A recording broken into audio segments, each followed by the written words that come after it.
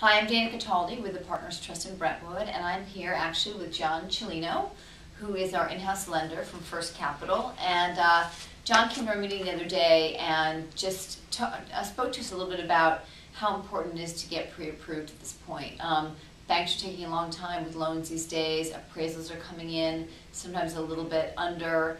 It's just really important to know what you're getting into when you get into the home buying process. So, John, take it away. Thanks, Dana. Good stuff.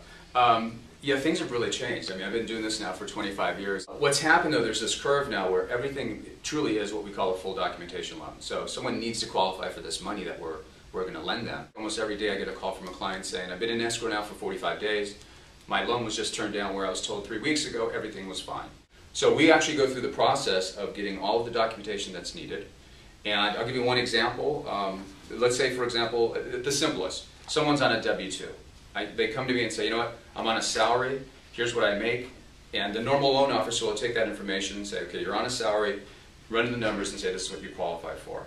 So, but the follow-up question is, if they say, well, I also get bonus, or I get commission income, and in this case, let's say the commission or bonus exceeds 25% of their base, then we have to look at tax returns. Now the lender's going to ask for tax returns. What if that particular buyer has some business expenses that are on their tax return that the other lender didn't ask for?